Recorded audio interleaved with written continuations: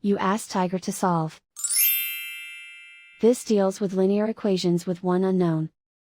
The final result is x equals 1. Let's solve it step by step. Group all x terms on the left side of the equation.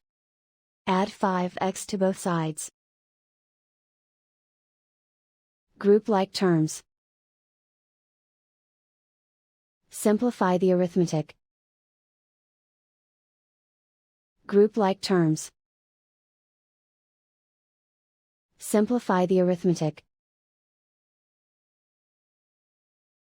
Group all constants on the right side of the equation.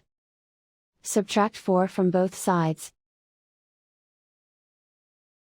Simplify the arithmetic.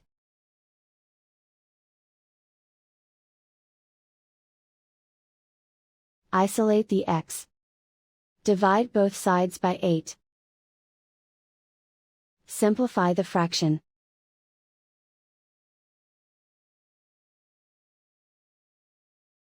And so the final result is x equals 1.